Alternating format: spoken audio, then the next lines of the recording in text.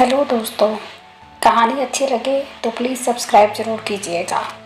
9:30 बज गए। आज कुछ ज़्यादा ही देर हो गई। वैसे तो वो औरत हर रोज़ 8:30 बजे तक आ जाती है। आज 9:30 बजने को आए फिर भी नहीं आई। बिना उसके आए दुकान बंद भी तो नहीं कर सकता। उसे वचन जो दिया है। क्या नाम था उसका? इतने दिनों में उसका नाम भी नहीं पूछा मैंने। ये सब बातें मुकेश के दिमाग में चल रही थी। कुछ दिनों पहले ही तो उसने ये डेयरी शुरू की थी। उसकी ये शॉप ज़्यादा बड़ी नहीं थी, जिसमें वो दूध और बाकी मिल्क प्रोडक्ट्स रखता था। उद्घाटन के दिन ही पहली ग्राहक बन एक औरत उसके शॉप पर आई थी। उसकी गोद में एक छोटा सा लेकिन बहुत ही प्यारा सा बच्चा था। उसने दूध की बोतल ली और मुकेश से बोली, भैया अभी मेरे पास सिर्फ 10 रुपए हैं, बाकी के आपको कल दूँ तो चलेगा? मुकेश ने एक बार उसकी तरफ देखा। गरीब थी बेचारी, गले में मंगलसूत्र नहीं, माथे पर सिंदूर नहीं, शायद पति मर गया होगा। रमेश ने अंदाजा लगाया। पुरानी मैली साड़ी को कई जगह रफू किया हुआ था।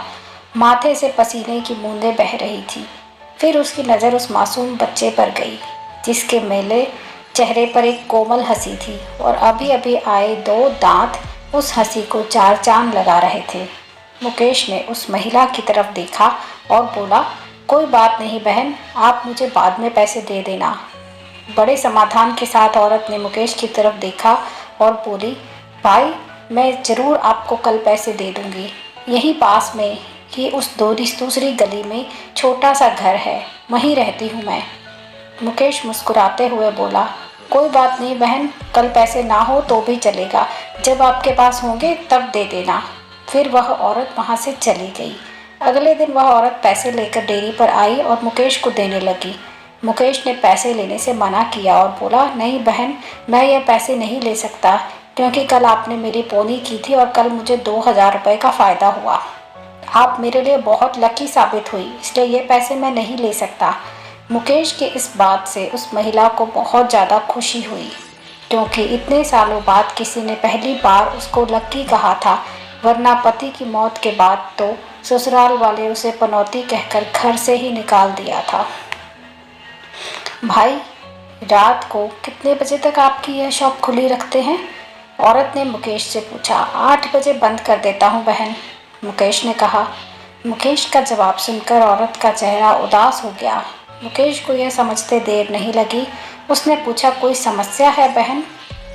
अपने बच्चे और अपना पेट पालने के लिए मैं 2 घरों के झाड़ू बर्तन का काम करती हूँ। यह सब काम करके रात को 8:30 बजे घर लौट पाती हूँ। तब तक यहाँ आसपास के सभी दुकान बंद हो जाते हैं और लाचारी से मुझे अपने बच्चे को भूखे पेट ही बहला फुसला कर सुलाना पड़ता है। वह बोल नहीं सकता ना, उसी का फ़ायदा उठाती हूँ। कहते हुए उस औरत का गला भर आया। महिला की बातें सुन मुकेश को बहुत बुरा लगा। फिर वह बोला, आप चिंता मत कीजिए बहन, बिना आपको दूध की बोतल दिए ये शॉप बंद नहीं होगी, लेकिन मेरी एक शर्त है। अपने आंसू पोंछते हुए औरत ने मुकेश की ओर देखा और पूछा, क्या शर्त है? मुकेश बोला, आप मुझे दूध के पैसे नहीं देंगी। यह सुन उस औरत की आंखें फिर छलक गई, लेकिन इस बार आंसू दुख के नहीं खुशी के थे। उसे ऐसा लग रहा था जैसे इंसान के रूप में भगवान उसकी मदद करने आ गए हों। उस दिन से हर दिन 8:30 बजे वो डेयरी पर आकर दूध की बोतल लेकर जाती। धीरे धीरे 5 महीने बीत गए। धीरे धीरे महिला बीमार होने लगी। ज़्यादा काम और चिंता की वजह से उसका शरीर दिन ब दिन सूखता जा रहा था। ऐसे ही एक दिन मुकेश अपनी दुकान का सारा काम खत्म कर इस महिला के आने का इंतज़ार कर रहा था। 9:30 बजे वो औरत आई। आज उसका चेहरा कुछ ज़्यादा ही बेजान नज़र आ रहा था। बीमारी के कारण आंखों के नीचे काले घेरे और ज़्यादा बड़े हुए नज़र आ रहे थे। मुकेश ने तुरंत फ्रिज खोलकर उसकी दूध की बोतल निकालकर उसे दी। फ्रिज बंद करने के लिए मुकेश मुड़ते हुए बोला कि बहन आज कुछ ज़्यादा ही देर कर दी। वो घूमा, तब तक वो महिला दूध की बोतल लेकर जा चुकी थी। उसने सोचा आज ज़्यादा देर हो गई, इसलिए वो जल्दी चली गई होगी। बेचारी का बच्चा रोता होगा भूख से। मुकेश ने दुकान बंद की और घर चला गया।